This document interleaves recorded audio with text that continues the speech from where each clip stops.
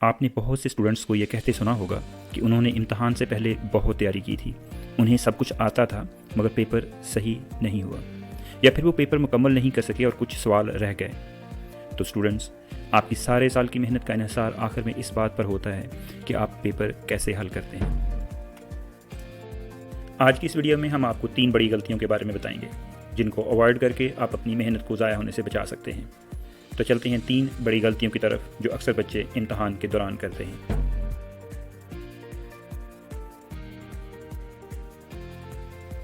आपने देखा होगा कि कुछ स्टूडेंट्स पेपर मिलते ही फ़ौरन हल करने के लिए दौड़ते हैं।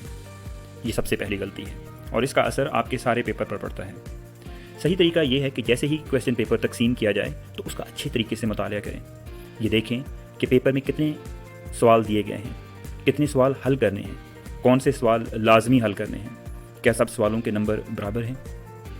ये बात जहन में रखें कि इम्तहान का पैटर्न कभी भी बदल सकता है।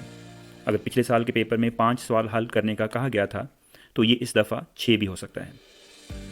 ये याद रखें कि जब एक दफ़ा आप सवाल हल करना शुरू कर देंगे तो दोबारा इस चीज़ पर गौर करना मुश्किल होगा, और हमने देखा है कि आप या तो लाजमी सवाल छोड़ देते हैं या सवाल का कोई ना कोई पार्ट कम हल करते हैं। गोल्डन रूल ये है कि कभी भी पेपर मिलते ही फ़ौरन हल करने के लिए ना लपकें। इस बात को यकीनी बनाएं कि आप पूरा क्वेश्चन पेपर पढ़ें, सवालों का इंतखाब करें और फिर सवाल हल करने की तरफ बढ़ें।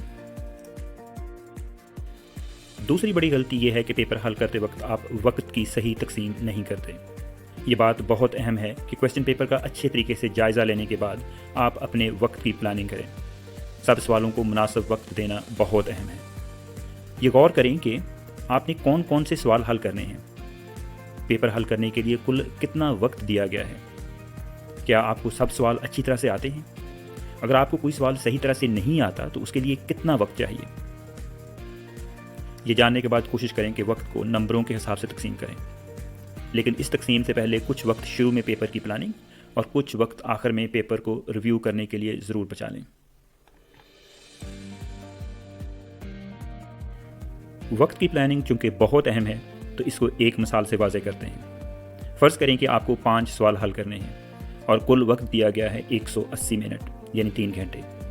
सबसे पहले इसमें से 10 मिनट पेपर की प्लानिंग के लिए और 20 मिनट आखिर में रिव्यू के लिए निकाल दें, तो बाकी आपके पास बचे 150 मिनट जो आपको 5 सवालों में बराबर तकसीम करने हैं।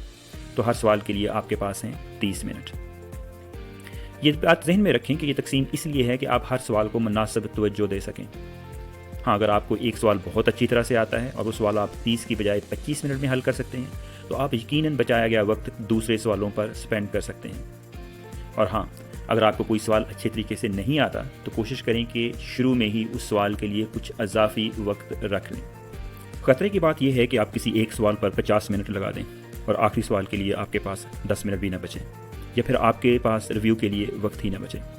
इसलिए एहतियात करें, घड़ी पर नज़र रखें और हर सवाल को दिए गए वक्त के अंदर हल करने की कोशिश करें।